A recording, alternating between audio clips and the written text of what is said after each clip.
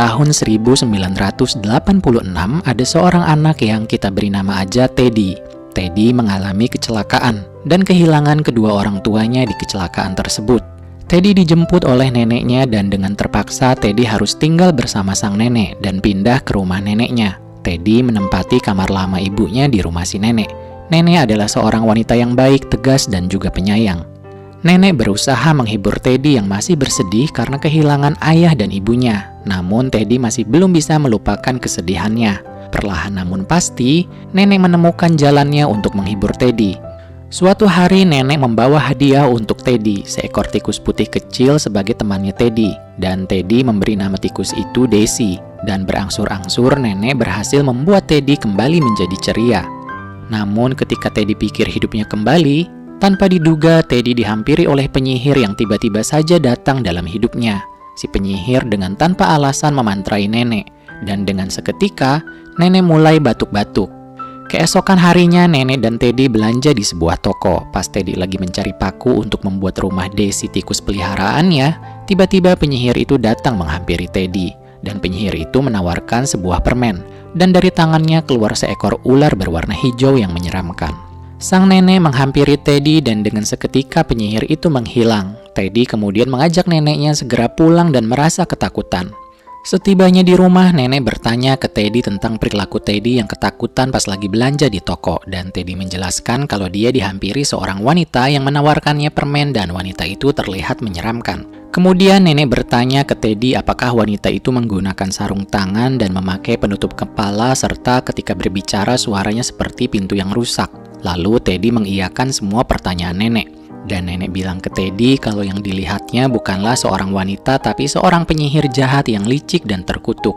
Teddy merasa kalau nenek lagi bercanda, namun nenek bilang ke Teddy kalau dia tidak sedang bercanda. Dan nenek mulai menceritakan pengalamannya di masa lalu ketika nenek masih kecil. Nenek bilang waktu kecil dia punya seorang sahabat bernama Alice yang rumahnya dekat dengan nenek. Mereka tidak terpisahkan. Sampai satu hari Alice mengambil permen dari seseorang yang tidak dikenal. Nenek yang takut akhirnya lari. Namun pas malam hari, nenek merasa senang melihat Alice selamat. Namun keesokan harinya nenek melihat Alice mulai berubah. Nenek bergegas melihat Alice dan dengan seketika Alice berubah menjadi seekor ayam. Nenek berusaha menjelaskan ke orang-orang saat itu namun tidak ada yang percaya. Namun nenek bilang dia selalu mengunjungi Alice di kandang ayamnya dan bahkan kata nenek kalau Alice bisa bertelur. Dan ketika bercerita, tiba-tiba nenek teringat kalau penyihir mungkin sedang mengincar cucu semata wayangnya.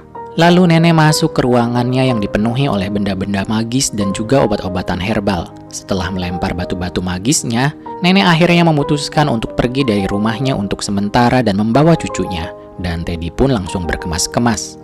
Nenek dan Teddy pergi ke sebuah hotel mewah dengan rekomendasi dari keponakannya nenek yang bekerja di sana sebagai koki senior.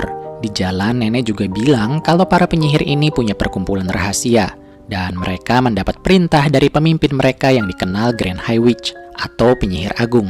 Sesampainya di hotel, nenek dan Teddy segera check-in. Nenek menyuruh Teddy menyembunyikan tikusnya. Pas Teddy menyapa anak lain yang dia lihat, di sana ada sebuah tulisan yang menyambut kedatangan member dari International Society untuk mencegah kekerasan pada anak.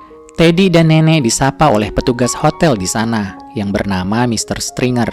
Setelah sedikit mengobrol, mereka segera menuju ke kamarnya yang bernomor 776. Gak lama wanita-wanita sosialita datang ke hotel tersebut. Mereka adalah member dari grup yang peduli tentang keselamatan anak-anak. Dan yang ini adalah ketuanya, yang sebenarnya adalah Grand High Witch alias penyihir agung. Sebelum tidur, Teddy bertanya ke nenek tentang ciri-ciri penyihir. Dan nenek menjelaskan bahwa sebenarnya penyihir itu adalah iblis yang menyamar dalam wujud manusia. Mereka selalu memakai sarung tangan karena mereka tidak punya tangan tapi cakar. Dan kaki mereka tidak memiliki jempol dan jari-jari. Kepala mereka botak seperti telur rebus. Dan rambut palsu yang dipakai mereka membuat kulit kepala mereka iritasi. Dan terakhir nenek bilang kalau lubang hidung mereka bisa membesar untuk mencium anak-anak kecil di sekitarnya. Dan semakin bersih anak tersebut, baunya akan seperti kotoran hewan bagi para penyihir. Diam-diam kucing penyihir agung menguping dan melaporkan ke majikannya. Entah apa yang dipikirkan penyihir agung itu, namun dia terlihat senang dan menakutkan. Keesokan harinya, Teddy memesankan neneknya sarapan. Dan kemudian nenek bilang ke Teddy untuk main dan bersenang-senang. Teddy pun akhirnya main di sekitaran hotel. Tiba-tiba anak lain menyapa Teddy, namanya adalah Bruno. Teddy bilang kalau dia lagi cari tempat untuk melatih Daisy tikusnya. Bruno bilang kalau dia akan bertemu dengan seorang wanita yang menjanjikannya coklat pada pukul 12:25. Kemudian tiba-tiba ibunya Bruno datang dan membawa Bruno pergi dengan paksa karena Bruno makan sampai belepotan. Teddy akhirnya masuk ke ruangan meeting di hotel tersebut untuk mencari tempat melatih Daisy. Pas lagi mengikat tali, tiba-tiba Teddy dikejutkan oleh tutup ventilasi yang lepas. Gak lama penyihir agung dan teman-temannya masuk ke ruangan rapat tersebut. Setelah mengamankan pintu, penyihir agung itu pun menyuruh anggotanya untuk melepaskan satu persatu atribut yang digunakannya.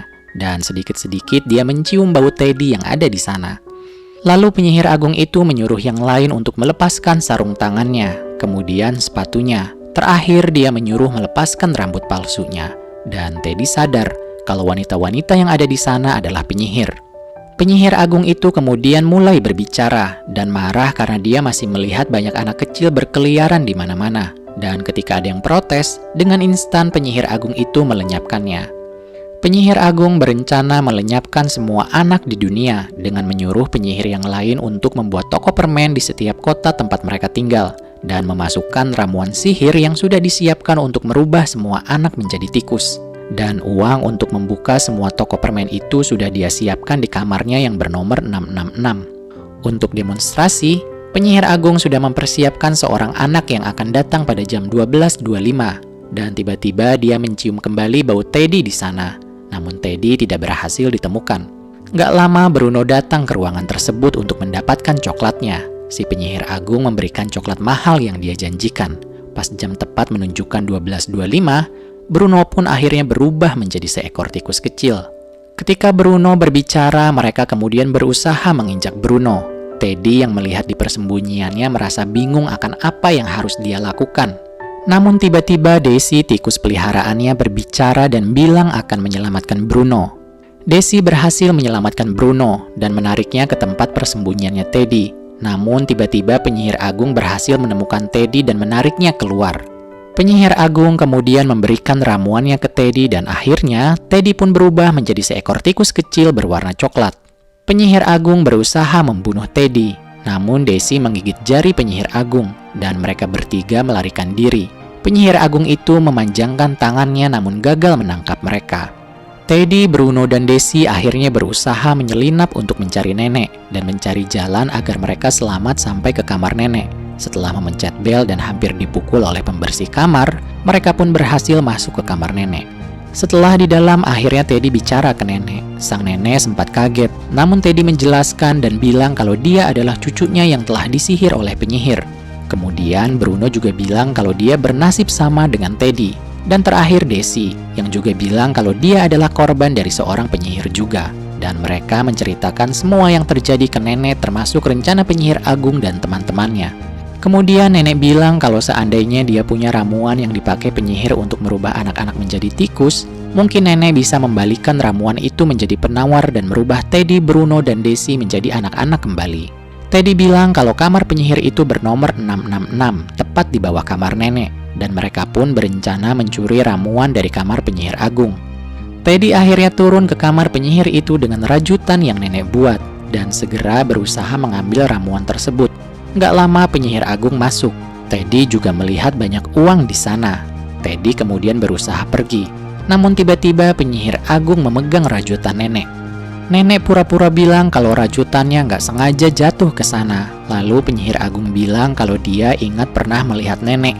Gak lama bel berbunyi dan Teddy selamat.